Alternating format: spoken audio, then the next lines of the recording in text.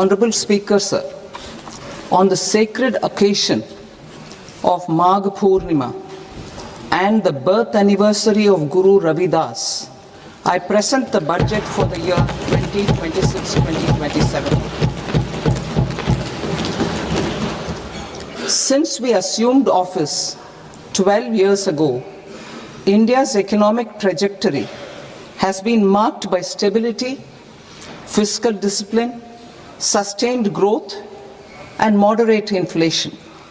This is the result of conscious choices we have made, even in times heightened uncertainty and disruption. Our government, led by Honorable Prime Minister Modi, has decisively and consistently chosen action over ambivalence, reform over rhetoric, and people over populism. We have pursued far-reaching structural reforms, fiscal prudence and monetary stability, whilst maintaining a strong thrust on public investment. Keeping Atmanirbharta as a lodestar, we have built domestic manufacturing capacity, energy security, and reduced critical import dependencies. Simultaneously, we have ensured that citizens benefit from every action of the government, undertaking reforms to support employment generation, agricultural productivity, household purchasing power, and universal services to people. These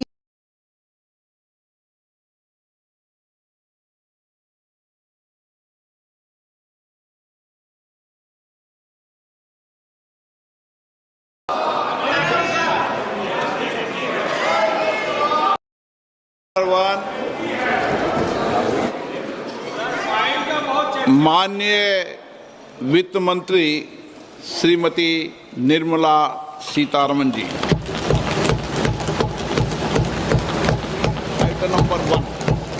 Item number one.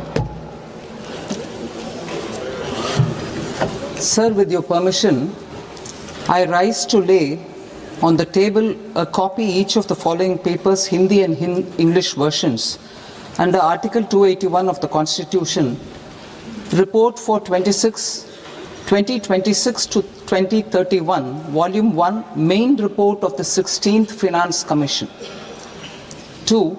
Report for 2026-2031, Volume 2, Annexures of the 16th Finance Commission.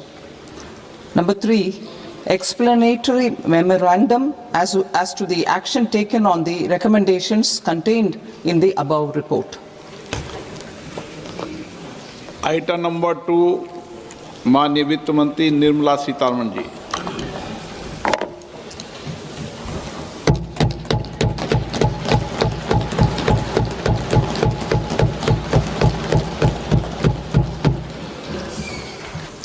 Honorable Speaker, sir, on the sacred occasion of Magh Purnima and the birth anniversary of Guru Ravidas, I present the budget for the year 2026-2027. Since we assumed office 12 years ago, India's economic trajectory has been marked by stability, fiscal discipline, sustained growth, and moderate inflation. This is the result of conscious choices we have made, even in times heightened uncertainty and disruption. Our government, led by Honorable Prime Minister Modi, has decisively and consistently chosen action over ambivalence, reform over rhetoric, and people over populism. We have pursued far-reaching structural reforms, fiscal prudence and monetary stability, whilst maintaining a strong thrust on public investment. Keeping Atmanirbharta as a lodestar, we have built domestic manufacturing capacity, energy security, and reduced critical import dependencies. Simultaneously, we have ensured that citizens benefit from every action of the government, undertaking reforms to support employment generation, agricultural productivity, household purchasing power, and universal services to people. These measures have delivered a high growth rate of around 7% and helped us make substantial strides in poverty reduction and improvement in the lives of our people.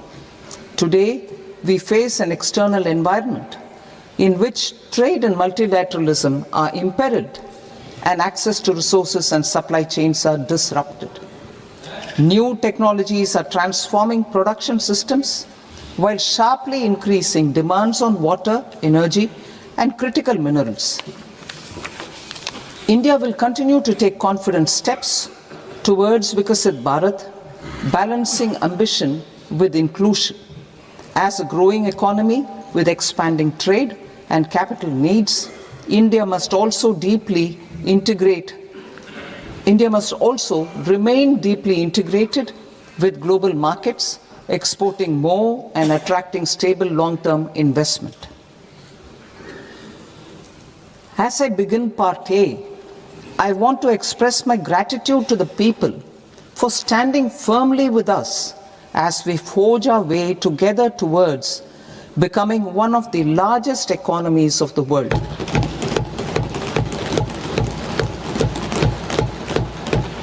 Our aim is to transform aspiration into achievement and potential into performance as we ensure that the dividends of growth reach every farmer, the scheduled caste, the scheduled tribes, the nomads, the youth, the poor, and the women. In Viksit Bharat Young Leaders Dialogue 2026, several innovative ideas were shared with our Prime Minister, which have inspired many of the proposals, making this a unique Yuva Shakti-driven budget. Our government's sankalp is to focus on our poor, underprivileged, and the disadvantaged. To deliver on this sankalp, and given that this is the first budget prepared in Kartavya Bhavan, we are inspired by three Kartavya.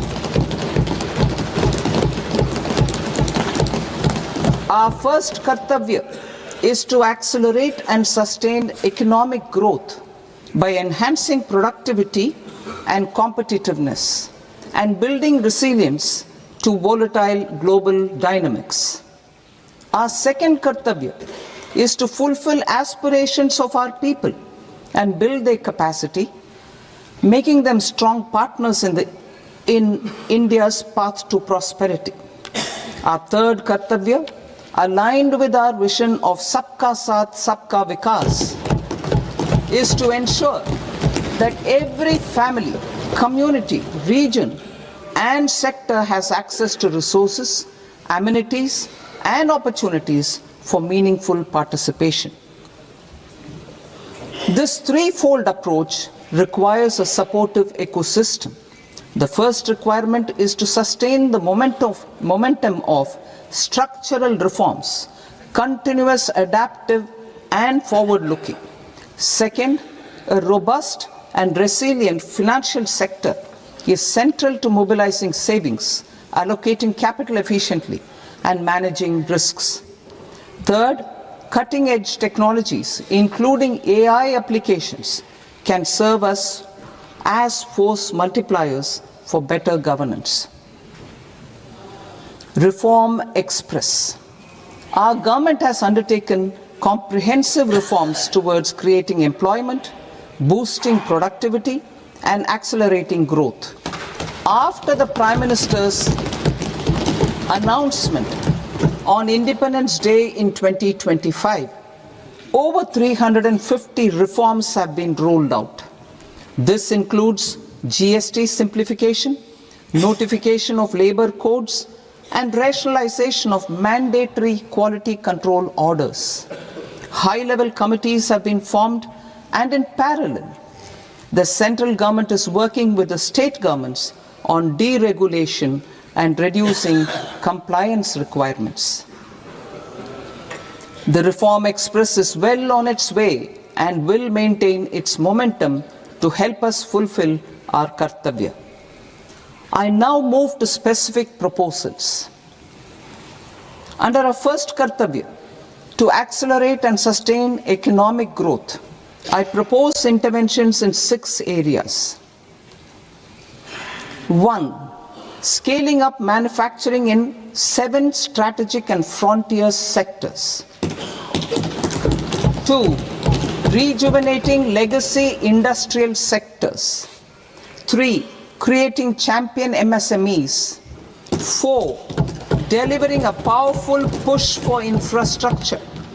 5. Ensuring long-term security and stability. And 6. Developing city economic regions. Scaling up of manufacturing in 7 strategic and frontier sectors. Biopharma Shakti, meaning biopharma strategy for health advancement through knowledge, technology, and innovation.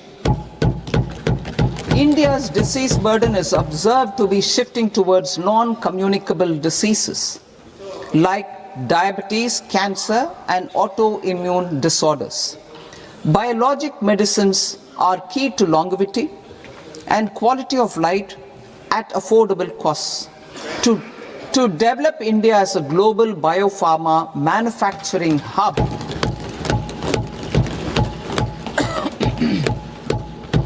I propose the Biopharma Shakti with an outlay of 10,000 crores over the next 5 years. This will build the ecosystem for domestic production of biologics and biosimilars. The strategy will include a biopharma-focused network with 3 new national institutes of pharmaceutical education and research, popularly known as NIPERS, and upgrading 7 existing ones. It will also create a network of 1,000 accredited India clinical trials sites.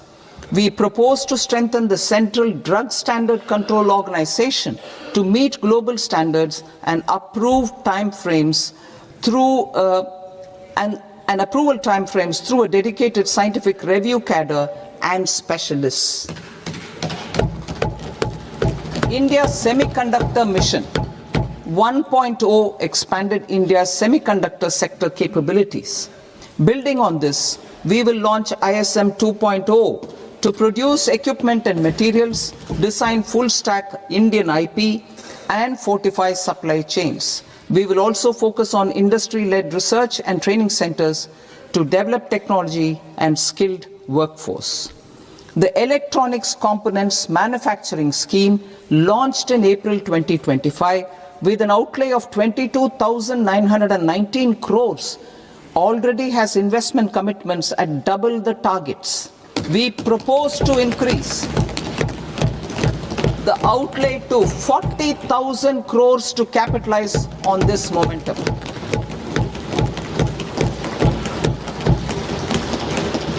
A scheme for rare earth permanent magnets was launched in 2025 November. We now propose to support the mineral-rich states of Odisha, Kerala, Andhra Pradesh, and Tamil Nadu to establish dedicated rare earth corridors to promote mining, processing, research, and manufacturing. To enhance domestic chemical production and reduce import dependency, we will launch a scheme to support states in establishing 3 dedicated chemical parks through challenge route on a cluster-based plug-and-play model. Strong capital goods.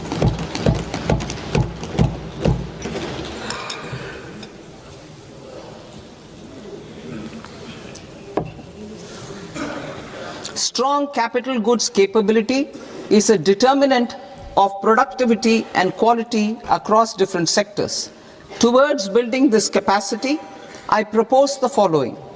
High-tech tool rooms will be established by central public sector enterprises at 2 locations as digitally enabled automated service bureaus that locally design, test, and manufacture high-precision components at scale and at lower cost. 2. a scheme for enhancement of construction and infrastructure equipments will be introduced to strengthen domestic manufacturing of high value and technologically advanced CIE. This can range from lifts in a multi-storied apartment or firefighting equipment in multiplexes, large or small, and to tunnel boring equipments for building metros and high-altitude roads. I also propose a scheme for container manufacturing to create a globally competitive container manufacturing ecosystem with a budgetary allocation of 10,000 crores over a 5-year period. For the labor-intensive textile sector, I propose an integrated program with 5 subparts. 1. The National Fiber Scheme for self-reliance in natural fibers, such as silk, wool and jute, man-made fibers, and new age fibers. Textile expansion and employment scheme to modernize traditional clusters with capital support for machinery, technology upgradation, and common testing and certification centers. 3. The National Handloom and Handicraft Program to integrate and strengthen existing schemes and ensure targeted support for weavers and artisans. Tex Eco initiative to promote globally competitive and sustainable textiles and apparels. Samarth 2.0 to modernize the upgrade the textile skilling ecosystem through collaboration with industry and academic institutions. Further, I propose to set up mega textile parks in challenge mode. They can also focus on bringing value addition to technical textiles. I propose to launch the Mahatma Gandhi Gram Swaraj initiative to strengthen khadi, handloom and handicrafts. This will help in global market linkage and branding.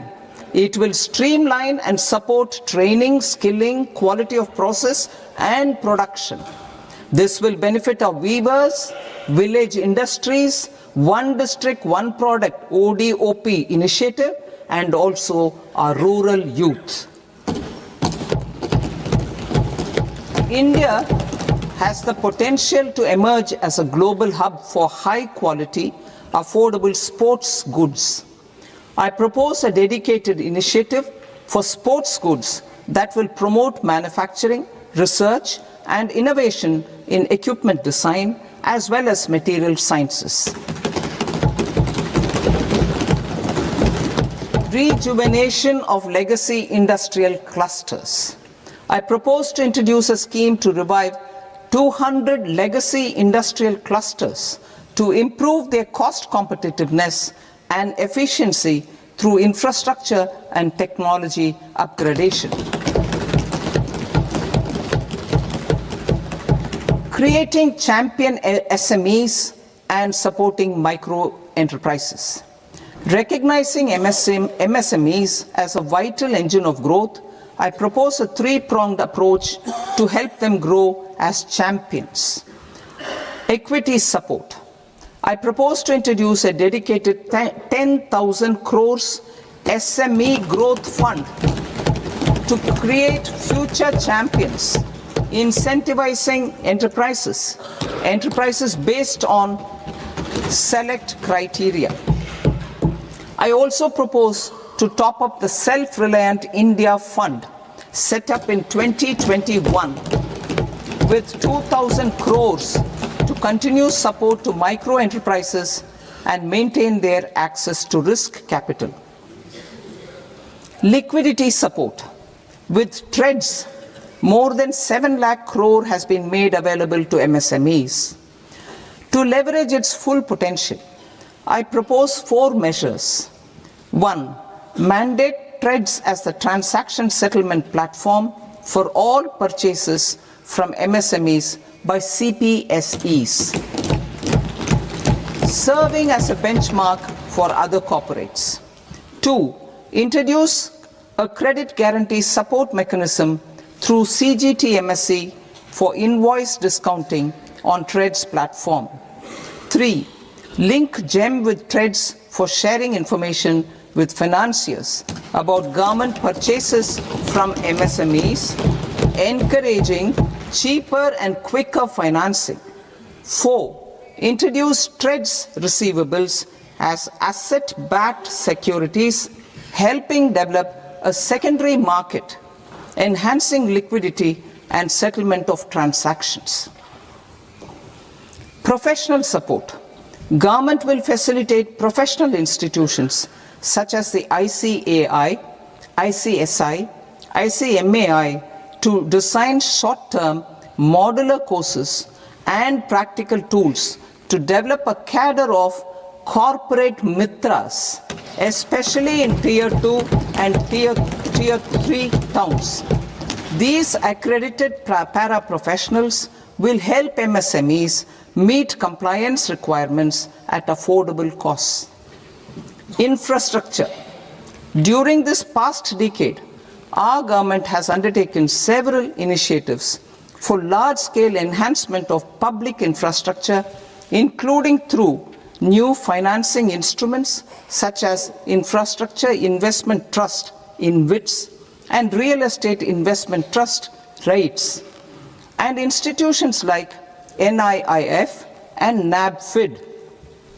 We shall continue to focus on developing infrastructure in cities with over 5 lakh population, that is Tier 2, Tier 3 cities, which have expanded to become growth centers. Public capital expenditure has increased manifold from 2 lakh crore in 2014-15 to an allocation of 11.2 lakh crore in BE 25-26.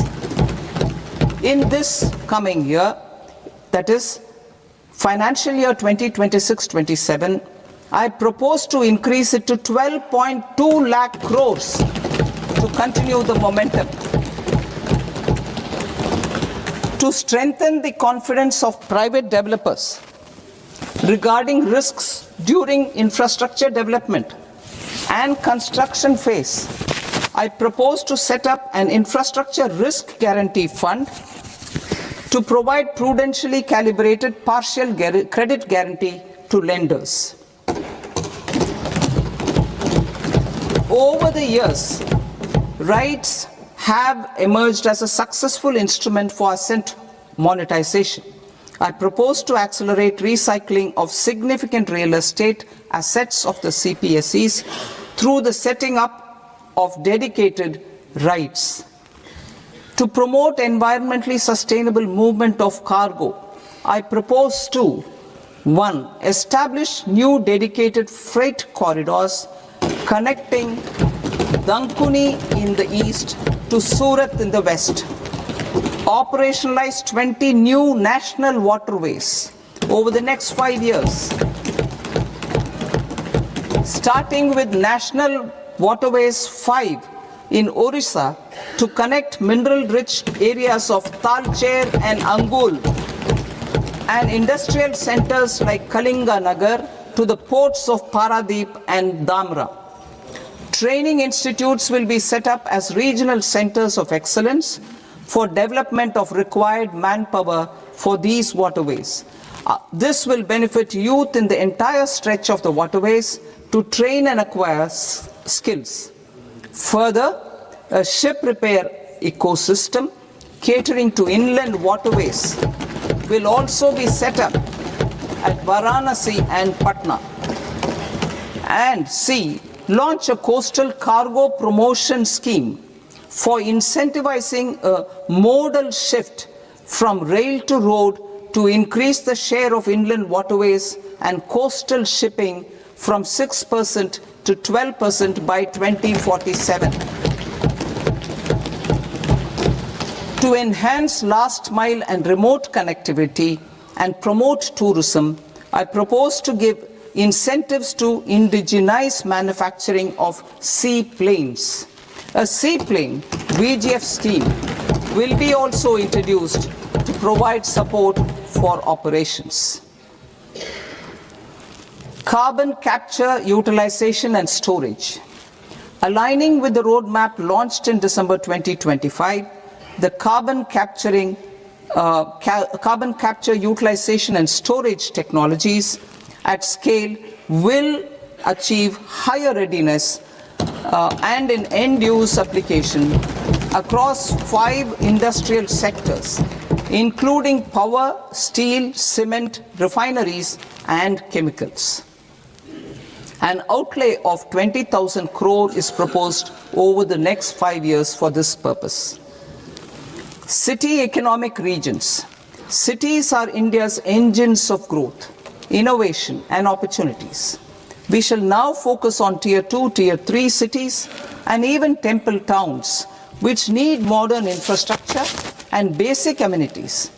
This budget aims to further amplify the potential of cities to deliver the economic power of agglomerations by mapping city economic regions based on their specific growth drivers. An allocation of 5,000 crore per CER over 5 years is proposed for implementing their plans through a challenge mode with a reform-cum-result-based financing mechanism.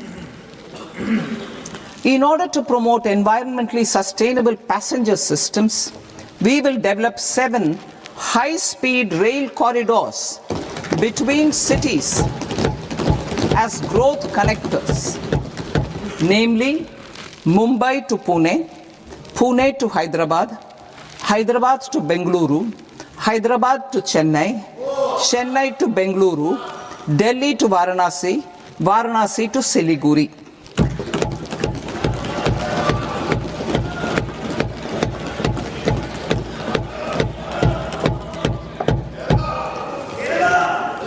Financial sector. The Indian banking sector today is characterized by strong balance sheet, historic highs in profitability, improved asset quality, and coverage exceeding 98% of villages in the country. At this juncture, we are well placed to futuristically evaluate the measures needed to continue on the path of reform-led growth of this sector. I propose setting up a high-level committee on banking for Vikasit Bharat. High-level committee on banking for Vikasit Bharat to comprehensively review the sector and align it with India's next phase of growth, while safeguarding financial stability, inclusion, and consumer protection. The vision for NBFCs for Vikasit Bharat has been outlined with clear targets for credit disbursement and technology adoption in order to achieve scale and improve efficiency in the public sector NBFCs. As a first step, it is proposed to restructure the Power Finance Corporation and Rural Electrification Corporation. I propose a comprehensive review of the foreign exchange management non-debt instruments rules to create a more contemporary, user-friendly framework for foreign investments consistent with India's evolving economic priorities. Corporate bond market. I propose to introduce a market-making framework with suitable access to funds and derivatives on corporate bond indices. I also propose to introduce total return swaps on corporate bonds. Municipal bonds. To encourage the issuance of municipal bonds of higher value by larger cities, I propose an incentive of 100 crore rupees for a single bond issuance. 100 crore rupees for a single bond issuance of more than 1,000 crore. The current scheme under Amrit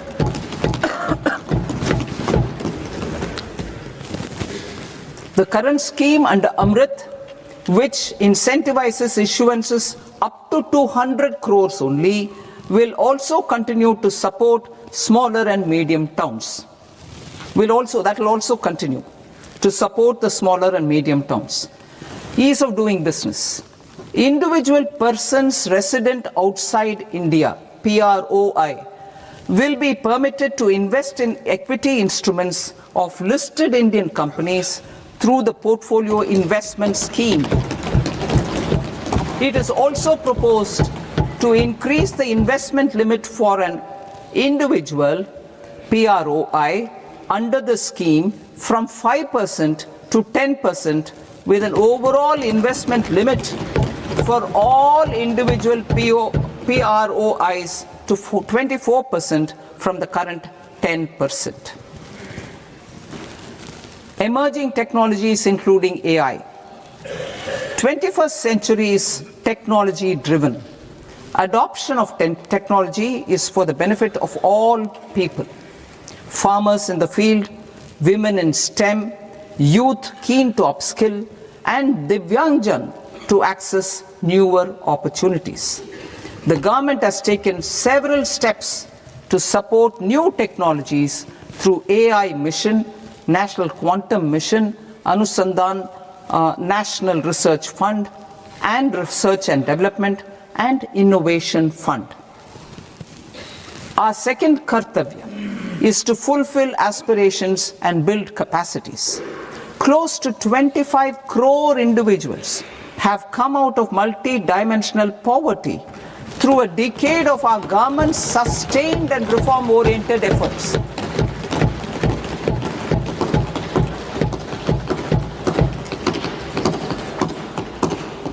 Our government has therefore decided to place a renewed emphasis on the service sector to provide a pathway to fulfilling aspirations of a youthful India with the following measures. I propose to set up a high-powered Education to Employment and Enterprises Standing Committee to recommend measures that focus on services sector as a core driver of Viksit Bharat. This will make us a global leader in services with a 10% global share by 2047. The committee will prioritize areas to optimize the potential for growth, employment, and exports. They will also assess the impact of emerging technologies, including AI, on jobs and skill requirements and propose measures thereof. To create a range of skilled career pathways, a new range of skilled career pathways for our youth, I propose interventions in the following sectors. Health. Existing institutions for allied health professionals will be upgraded and new AHP institutions established in private and government sectors.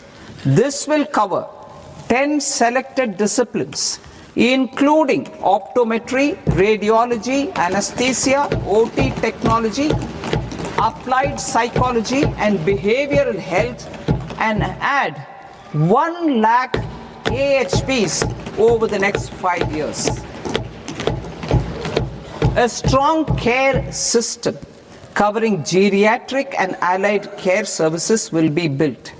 A variety of NSQF aligned programs will be developed to train multi-skilled caregivers, combining core care and allied skills such as wellness, yoga, and operation of medical assistive devices. In the coming year, 1.5 lakh caregivers will be trained.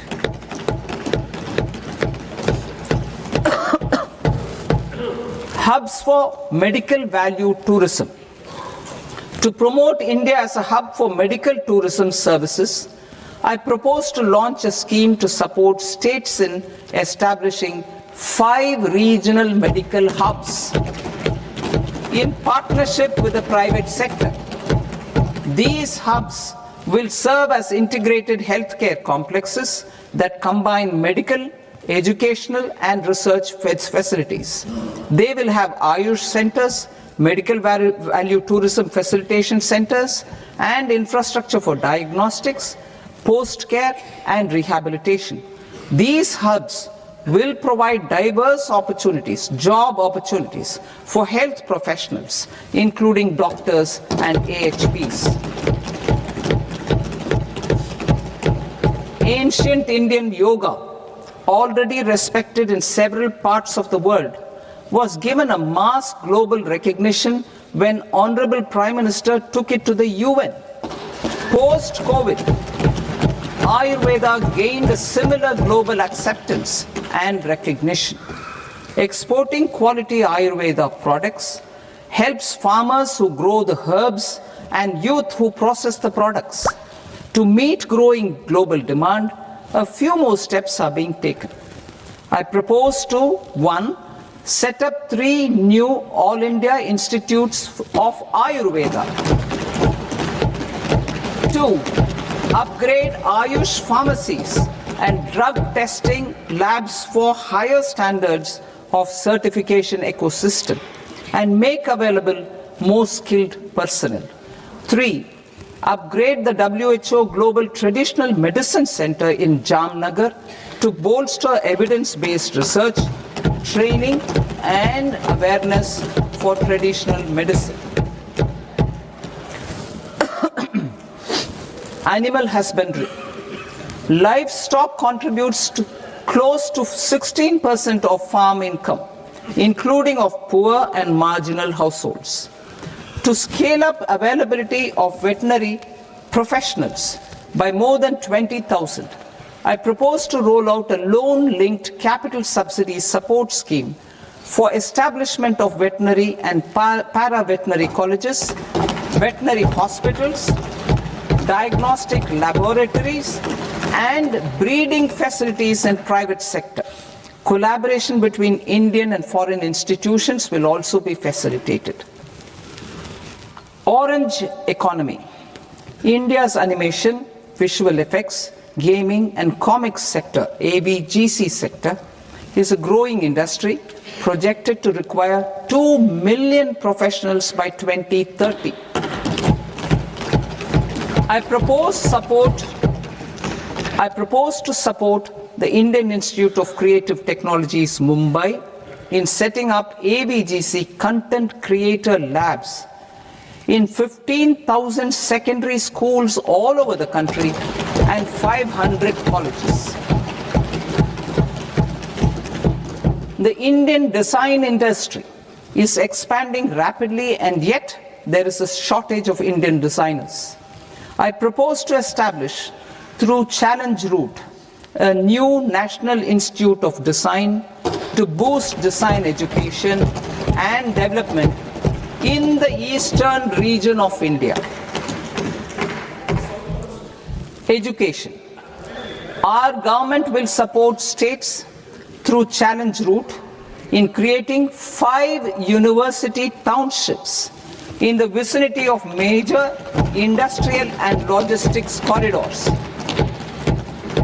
These planned academic zones will host multiple universities, colleges, and research institutions, skill centers, and residential complexes. In higher education, STEM institutions, prolonged hours of study and laboratory work pose some challenges for girl students. Through VGF, Viability Gap Funding and capital support, 1 girls' hostel will be established in every district.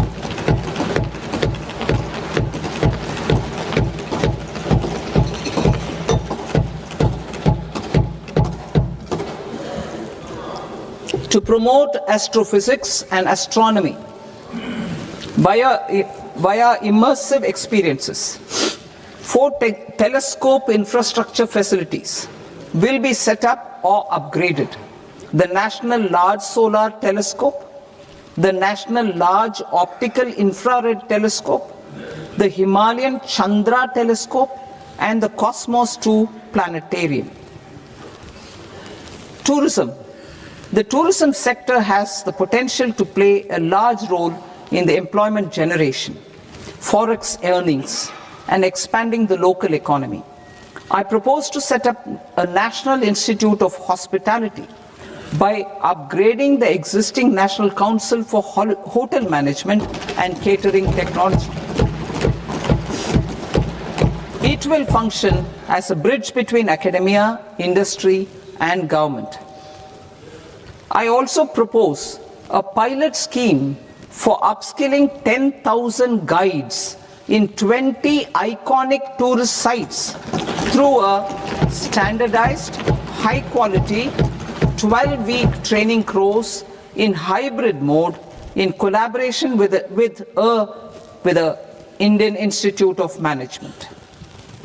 A national destination digital knowledge grid will be established to digitally document all places of significance, cultural, spiritual, and heritage. This initiative will create a new ecosystem of jobs for local researchers, historians, content creators, and technology partners. India has the potential and opportunity to offer world-class trekking and hiking experience. We will develop ecologically sustainable mountain trails in Himachal Pradesh, Uttarakhand, and Jammu Kashmir. Also in Araku Valley in the Eastern Ghats and Podigai Malai in the Western Ghats. Turtle trails along key nesting sites in the coastal areas of Odisha, Karnataka, and Kerala. And 3 bird watching trails along the Pulikat Lake in Andhra Pradesh, Tamil Nadu. It's on the border. Under the visionary leadership of Honorable Prime Minister, we established the International Big Cat Alliance in 2024. This year, India is hosting the first ever Global Big Cat Summit, where heads of governments and ministers from 95 range countries will deliberate on collective strategies for conservation. Heritage and culture tourism. I propose to develop 15 archaeological sites, including Lothal, Dholavira, Rakhi Gadi, Adichanallur, Sarnath, Hastinapur, and Leh Palace into vibrant experiential cultural destinations. Excavated landscapes will be open to the public through curated walkways. Immersive storytelling skills and technologies will be introduced to help conservation labs, interpretation centers, and guides. The sports sector provides multiple means of employment, skilling, and job opportunities. Taking forward the systematic nurturing of sports talent, which is set in motion through the Khelo India program earlier, I propose to launch a Khelo India mission to transform the sports sector over the next decade.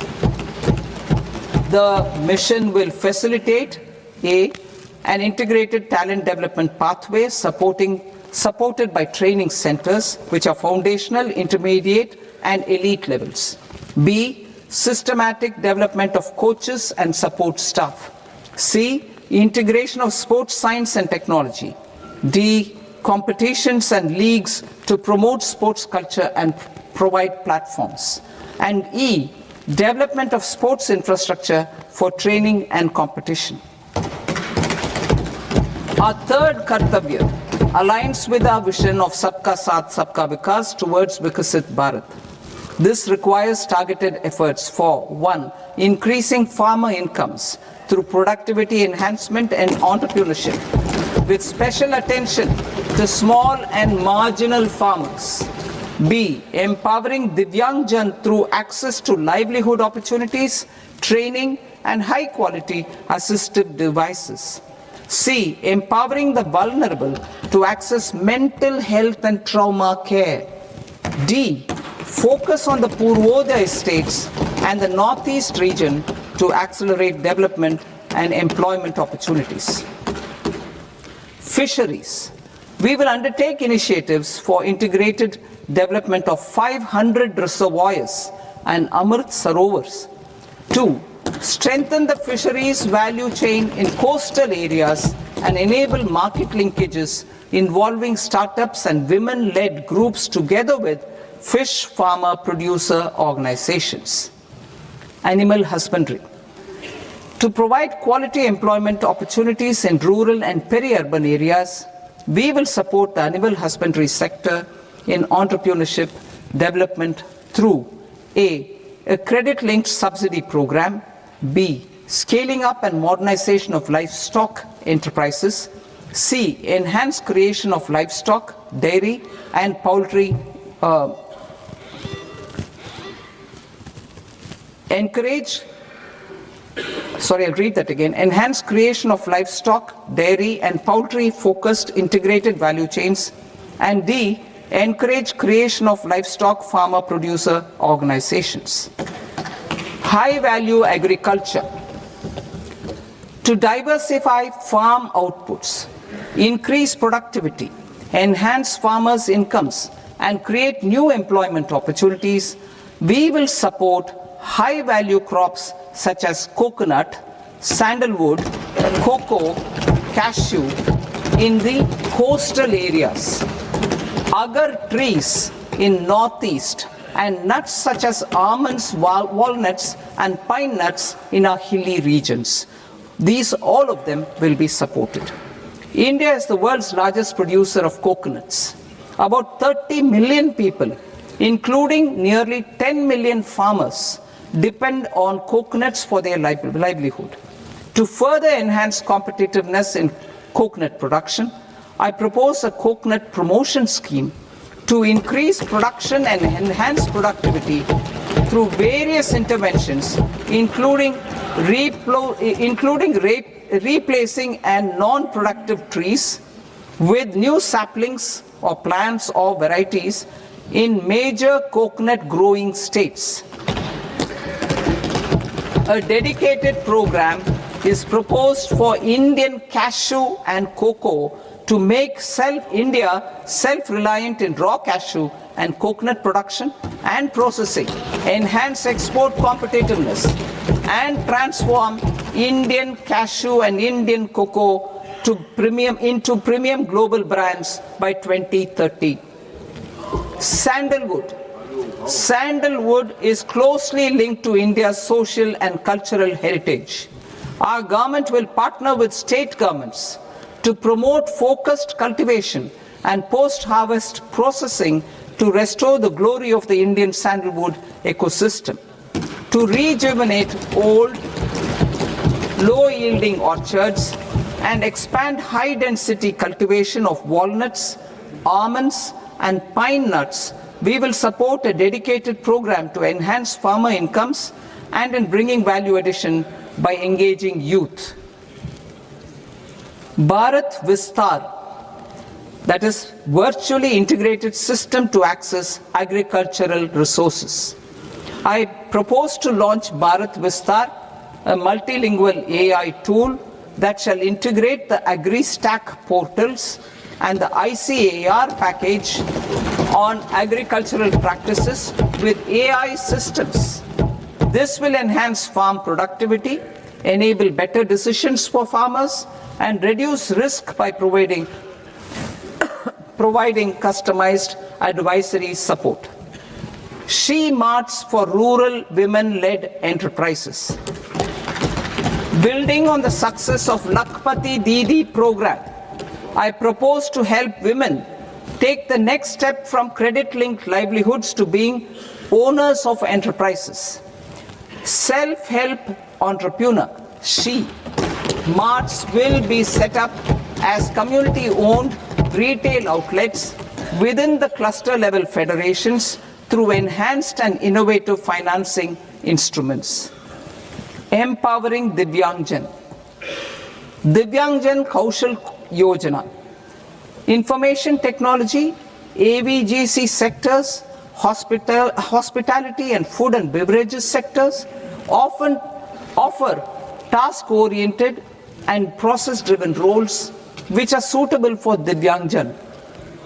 We will ensure dignified livelihood opportunities through industry-relevant and customized training specific to each Divyangjan group.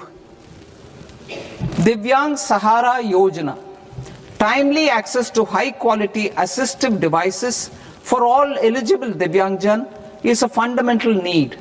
I propose to 1. Support the Artificial Limbs Manufacturing Corporation of India, ALIMCO, to set up and to scale up production of assistive devices, invest in R&D and AI integration, strengthen PM Divyasha Kendras, and support setting up of assistive technology marts as modern retail style centers where Divyangjan and senior citizens can see, try and purchase assistive products. Reaffirming our commitment to mental health and trauma care. There are no national institutes for mental health care in North India.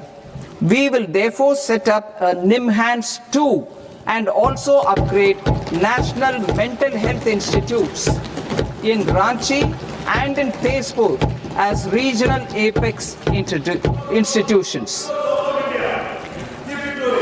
Emergencies expose families, particularly the poor and vulnerable, to unexpected expenditure. We will strengthen and increase these capacities by 50% in district hospitals by establishing emergency and trauma care centers. Focus on Purvodaya states and northeastern regions. Purvodaya, I propose the development of an integrated East Coast industrial corridor with a well-connected node at Durgapur, creation of 5 tourism destinations in 5 Purvodaya states, and the provision of 4,000 e-buses. Buddhist sites in northeastern region.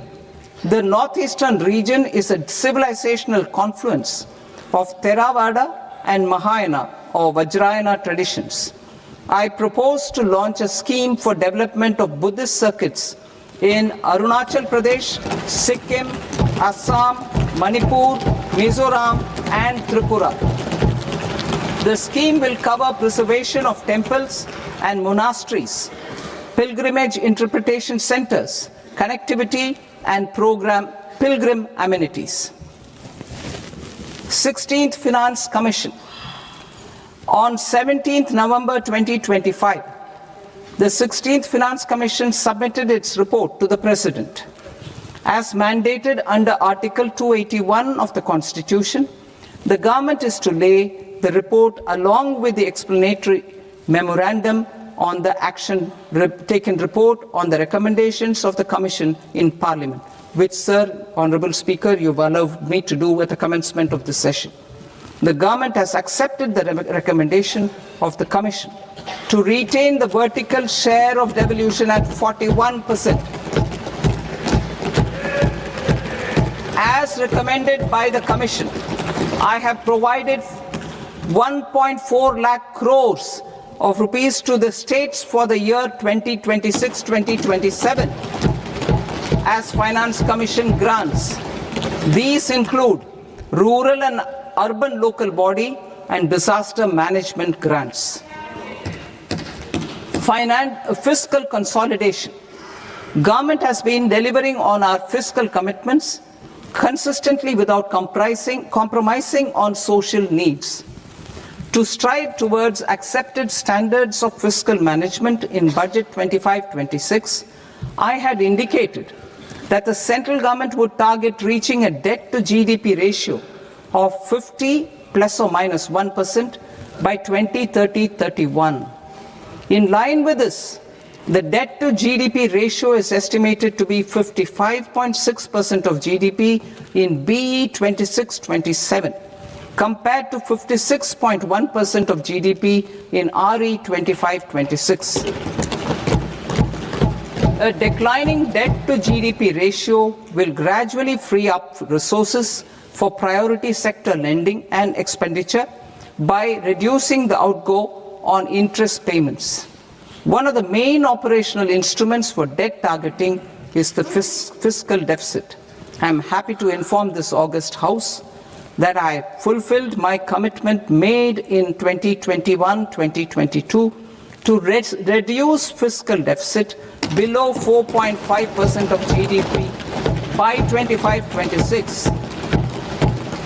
In RE 25-26, the fiscal deficit has been estimated at par with BE of 2025-26 at 4.4% of GDP. In line with the new fiscal prudence path of debt consolidation, the fiscal deficit in BE 26-27 is estimated to be 4.3% of the GDP.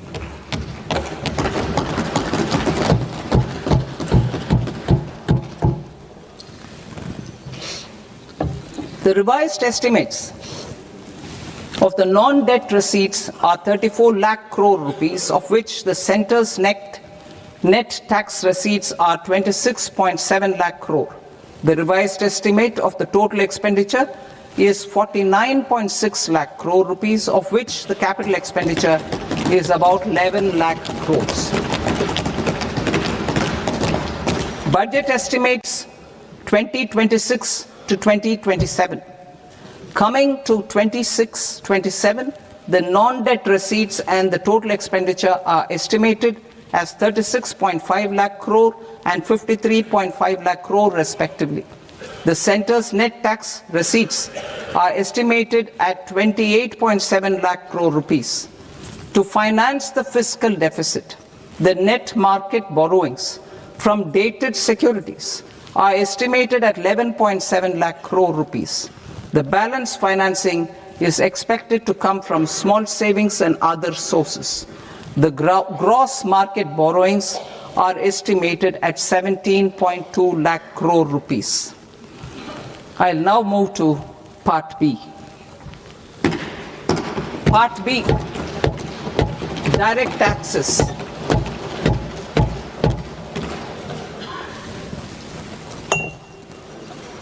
Honorable Speaker, sir, I now present my proposals on direct taxes. New Income Tax Act. In July 2024, I announced a comprehensive review of the Income Tax Act 1961. This was completed in a record time, and the Income Tax Act 2025 will come into effect from 1st April 2026. The simplified income tax rules and forms will be notified shortly, giving adequate time to taxpayers to acquaint themselves with its requirements. The forms have been redesigned such that ordinary citizens can comply without difficulty. Ease of living. I propose that any interest awarded by the Motor Accident Claims Tribunal to a natural person will be exempt from income tax, and any TDS on this account will be done away with. I propose to reduce TCS rate on the sale of overseas tour program package from the current 5% and 20% to 2% without any stipulation of amount. I propose to reduce TCS rate for pursuing education and for medical purposes under the Liberalized Remittance Scheme, popularly known as LRS, from 5% to 2%. Supply of manpower services is proposed to be specifically brought within the ambit of payment to contractors for the purpose of TDS to avoid ambiguity. Thus, TDS on these services will be at the rate of either 1% or 2% only. I propose a scheme for small taxpayers, wherein a rule-based automated process will enable obtaining a lower or nil deduction certificate instead of filing an application with the assessing officer.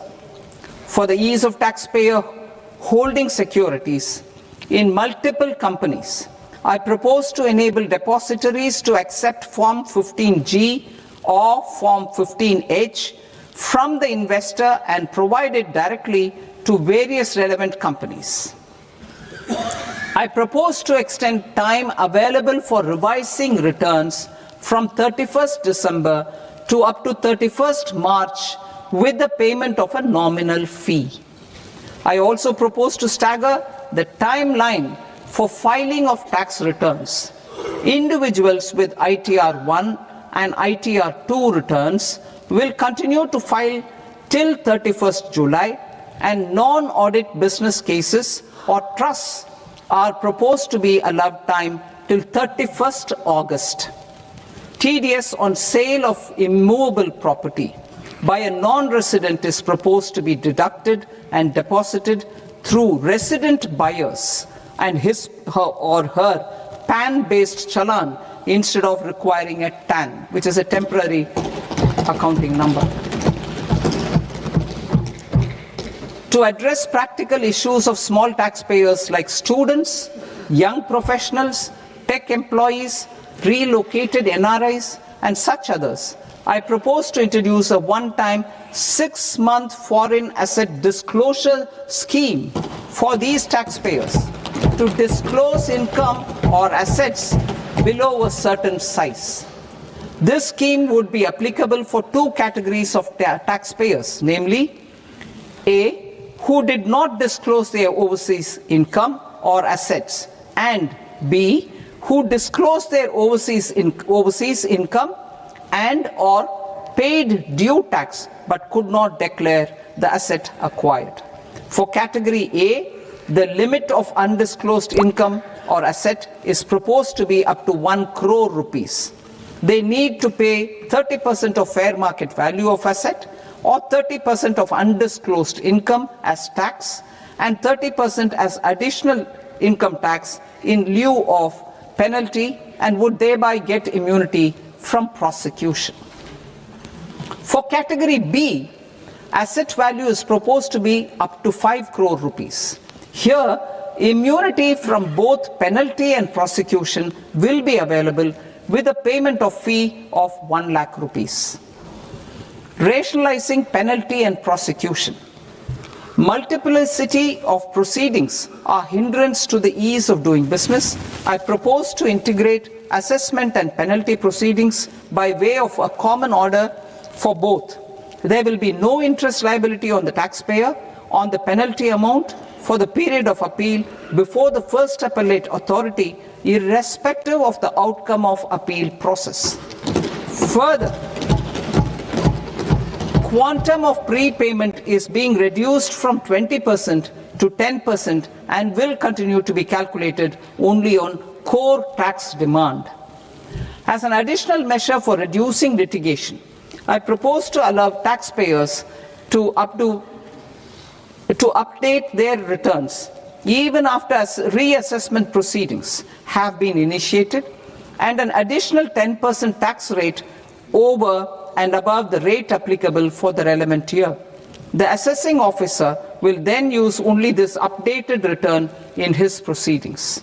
There is already a framework for immunity from penalty and prosecution in the cases of underreporting. I propose to apply this framework for immunity to misreporting too. However, in such a case, the taxpayer will need to pay 100% of the tax amount as an additional income tax over and above the tax and interest due. Penalties for certain technical defaults, such as failure to get accounts audited, non-furnishing of transfer pricing audit report, and default in furnishing statement for financial transactions, are proposed to be converted into fee.